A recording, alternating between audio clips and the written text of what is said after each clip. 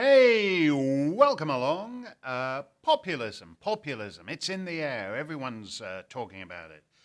Some people dig the populism. A lot of people, the guys running the show, the big-time globalists, Davos man, flying off to big international confabs, they don't dig the populism so much. This conflict was analyzed by my old comrade, John O'Sullivan. He was Mrs. Thatcher's speechwriter, and he was one of the guys who, with me, helped set up the National Post in Canada a few years back. And as I speak, he and I are fellow cruisers on the Mark Steyn Club cruise. But John did a piece for The Spectator in London on populism versus post-democracy, as he called it. By post-democracy, he meant these institutions of the EU and other forces that are somewhat antipathetic to the will of the people. And that's a good way of looking at it, populism versus post-democracy. You could also look at it as a kind of pre-democracy, because until the idea of the popular vote took hold in most nations, it was assumed that there was a kind of semi-permanent ruling class. There was a bit of flexibility in it to a degree. There was a semi-permanent ruling class that had a right to rule. If you look at stable nations, the House of Lords power declined vis-a-vis the House of Commons in the late 19th century and throughout the 20th century because it was understood that under the will of the people, the People's House, the House of Commons, had a greater say in affairs than the House of Lords, which represented a permanent landed gentry. And there are arguments about a hereditary ruling class. We don't have one of those today, although a lot of the people who are running the show do turn out to be the relatives, the kith and kin of the fellows who previously ran the show. But there's an advantage. I think we pretend today as a meritocracy, and in my book After America I deal a bit with this, that we have ruled by experts. We're ruled by the people who are the most qualified, who are the better, who are the most educated, who by virtue of their qualifications have a right to rule. And this is very interesting. It's different from an old school ruling class. If you happen to be a seventh Duke, so you're sitting in the House of Lords just because your great whatever won some battle a couple of centuries back. In a sense, you understand that the game is rigged. It occasions a certain modesty with you. You understand that you're only there because of the lottery of life, because of the caprices of fate. But if it's a so-called meritocracy, and you're told that in your society the best people are qualified to rule because they are the best people, in a sense that's slightly worse. You don't have those seeds of self-doubt that the 7th Duke or 12th Marquess or whatever has. So in some senses, when you have purported experts, when you have people who say, well, I went to Yale and Harvard, and then I joined Goldman Sachs, and then I went and worked for some bank in Hong Kong. And there's a difference between the boundless confidence in their worldview of today's so-called experts and the way it used to be. So we have populism versus post-democracy. And you see this on both sides of the Atlantic in the approach of the permanent ruling class to something like Donald Trump on this side of the Atlantic, and across the Atlantic in the approach of the permanent ruling class in Europe with respect to Brexit and the populist governments emerging in Central Europe and then, moving west in Austria and Italy and so forth. Because politics, in these people's view, is supposed to be a game between Tweedle left and Tweedle right. And it's narrowed over the decades, so that in Europe particularly, the squabbles grew over a smaller and smaller patch of turf, and you had a choice between a centre-left party and an ever so slightly right of centre-left party. And in Austria, for example, until the Populists came along, whether you voted for the centre-left party or the smidgenette right of centre-left party, they wound up governing in coalition anyway. What's happened now after Brexit, after Trump, after the elections in Italy, Austria, and in Central and Eastern Europe, is where the permanent ruling class, the post-democratic class, is beginning to teach the people a very troubling lesson, which is that no matter how you vote, nothing's going to change. And once you start telling people that, there really isn't anything left between there and revolution. You're basically telling them that their grievances can't be accommodated within the respectable political systems and structures of the land. And this is testing the systems to breaking point on issues such as immigration, Islam, European centralization.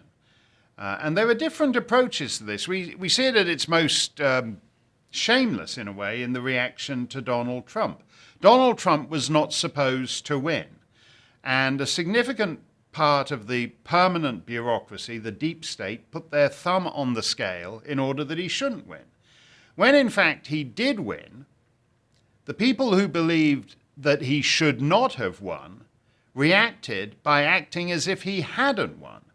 And they determined, as we've seen at the Department of Justice and the FBI and elsewhere, to put their thumb on the scale and subvert and hollow out his presidency, nullify his presidency. And again, it's the boundless confidence of the ruling classes. For example, when a district judge presumes that the duly elected chief executive of the United States should not be able to enact his own immigration policy, and some rinky-dink district court judge in Hawaii or Washington State or wherever decides he knows better than the duly elected chief executive. In Britain, we see something of the same thing with Brexit. The people weren't supposed to vote for Brexit. So in order to punish them, an alliance of politicians who don't believe in Brexit and the permanent bureaucracy and the European Union establishment has determined to teach them that there can be no meaningful Brexit, which is why we've had these last 2 wasted years, and we have seen the truly pitiful spectacle of a nation that has bequeathed more constitutions to the world than anybody in human history, for over 50 different sovereign states and an untold number of subnational jurisdictions, going all the way back to Nova Scotia in 1848. A nation that gave to the world dozens of constitutions is paralyzed and apparently unable to figure out how to reclaim its own sovereignty. Pathetic, pitiful, embarrassing. And we see things like the Labour Party and half the Tory party saying, oh, no, the people didn't know what question they were being asked. They thought they wanted to leave the European Union, but we actually need to have a second referendum, and this time maybe they'll answer the question correctly.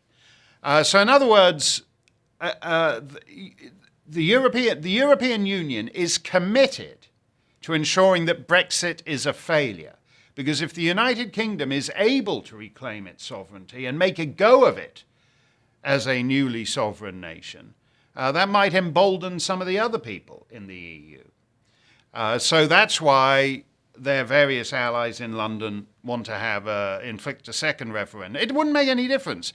The people could vote again for a second referendum on Brexit and vote to leave, and they would still be tied up in all this nonsense. Welcome to the Hotel Brexifornia. You can check out any time you like, but you can never leave. That is the lesson that the permanent establishment, the post-democratic ruling class, is determined to teach Brexit. We see it in other countries too. The Netherlands, Geert Wilders, a Dutch politician.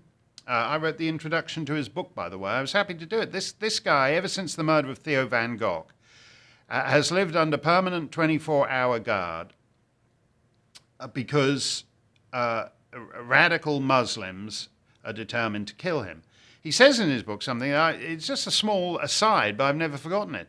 He says he hasn't seen a movie from start to finish in years because his security detail has to wait till the movie's started to take him in, and then he sits in the dark, so he misses the first 10 minutes.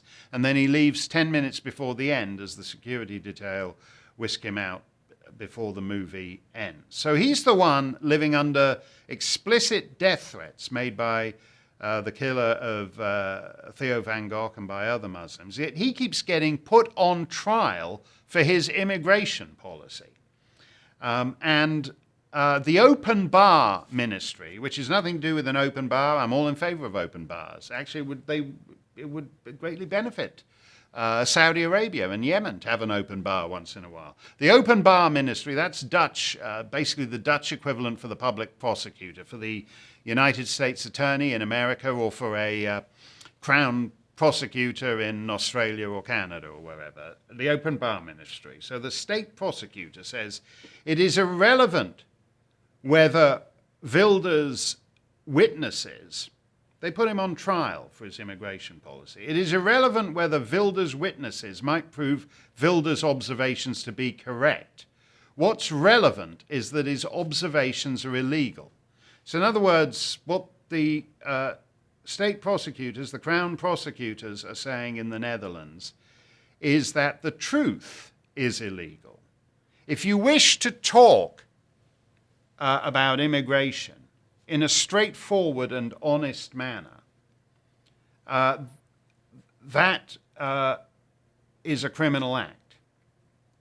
And so Wilders, every so often, they keep putting him on trial again and again to teach him a lesson. Notwithstanding that polls show in the Netherlands that, for example, this was a poll a few years back, 57% of Dutch people think mass immigration was the single biggest mistake the Netherlands ever made. Then we come to Hungary. The European Parliament recently held a vote on whether to invoke Article 7 of the European Union Treaty against Hungary. This is an article they invoke in order to make a nation a pariah state.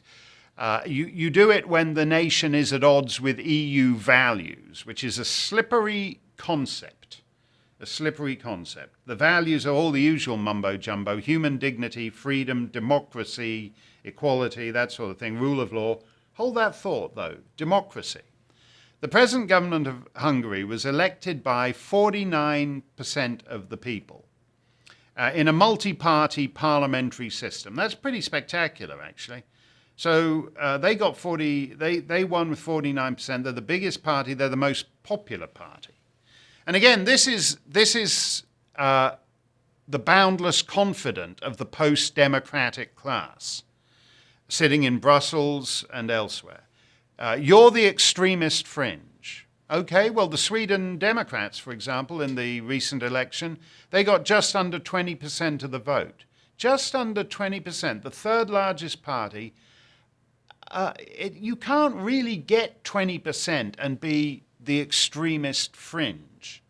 You can't get what Geert Wilders' party gets and be the extremist fringe. You can't get what the Brexit vote got and be the extremist fringe. And you certainly can't get, in Hungary, 49% of the vote and be the biggest party and be damned as the extremist fringe. Maybe you're looking at things upside down. Maybe you're the fringe. Maybe you guys, you unelected bureaucrats sitting in Brussels, you commissars and princelings of the new utopia, maybe you're the fringe.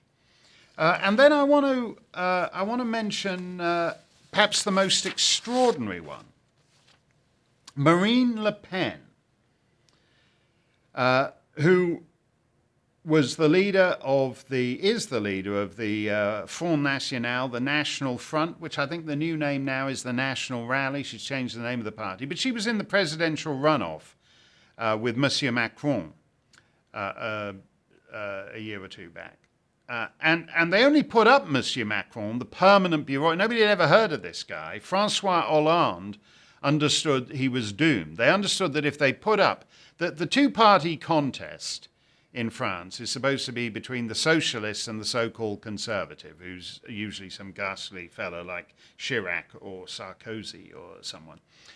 So that's how it's supposed to be, the conservative socialist, socialist conservative. But that system hasn't been working for a while.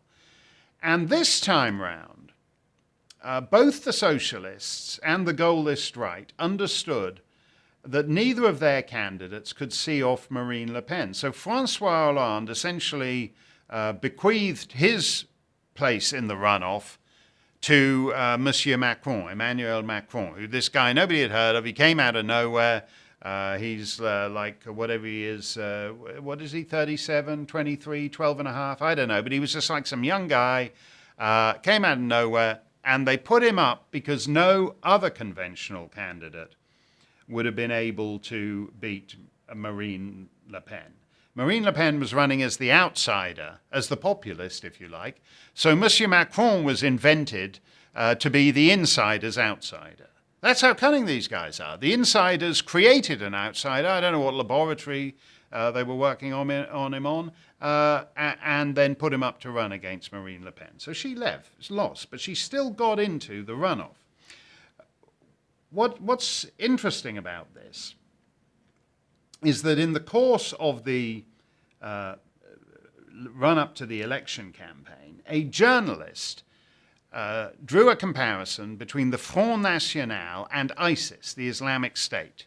Everybody who is on, quote-unquote, the right has heard this comparison at one time or another. You hear it in the United States. Oh, the Republican Party are just America's Taliban or whatever. They're the real terrorists. I don't know why we worry all the time about Osama bin Laden and Al-Qaeda when George W. Bush is the terrorist. Everybody makes the comparison. It's routine on the left to make the comparison. There's no difference. There's no difference between the Islamic State and right-wing conservative evangelical Christians. They both want to build a theocratic society. These comparisons are routine. Of course, they're also grotesque. And Madame Le Pen didn't like being compared with the Islamic State, so she tweeted back some tweets of what it is the Islamic State does. They put people in cages and then set them alight. They behead people. They beheaded a guy from New Hampshire, my state, James Foley. I didn't know Mr. Foley, but they're actually quite a well-known family in this state.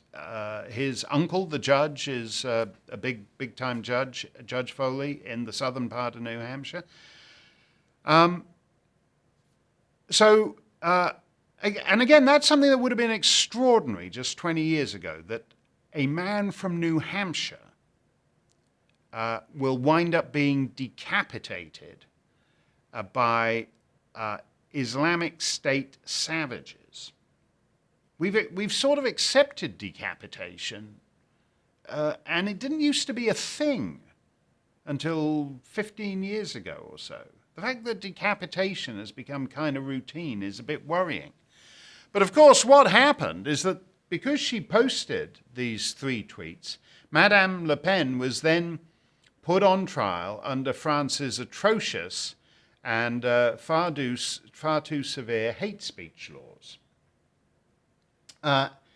And what happened then was that a committee in the French Parliament, the Assemblée Nationale, the National Assembly, stripped her of her parliamentary immunity over these tweets, so she could be put on trial just like anybody else. The other day, a French court ordered her to undergo psychiatric testing to determine whether she's mentally competent.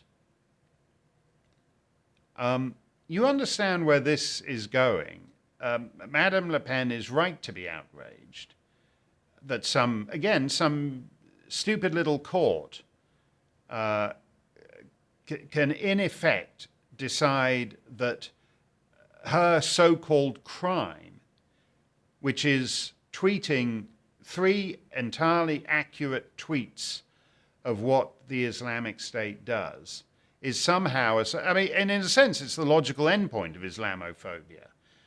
It's better to be called a racist than to be called an Islamophobe or a homophobe or a transphobe. Because if you notice, in the old days, you were just a bigot. Now you're mentally ill. That's a very Soviet technique. You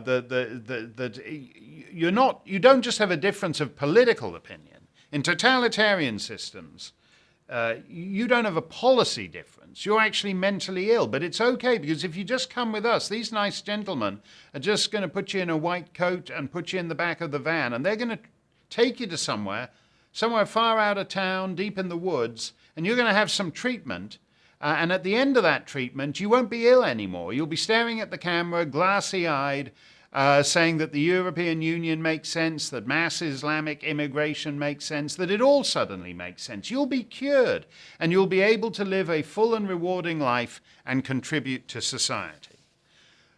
What all these things have in common is essentially the criminalization of policy differences. So, for example, Donald Trump does not just have a different point of view from you on something like illegal immigration. He's actually a criminal, a traitor. That's the setup they're trying to pin on him. Brexit isn't the legitimate view of the British people. It's a plot to dupe people who are too stupid to know what they're doing to rejecting the inevitable European utopia. The Netherlands, the truth, Geert Wilders, the truth is no longer a defense because the truth has been made illegal.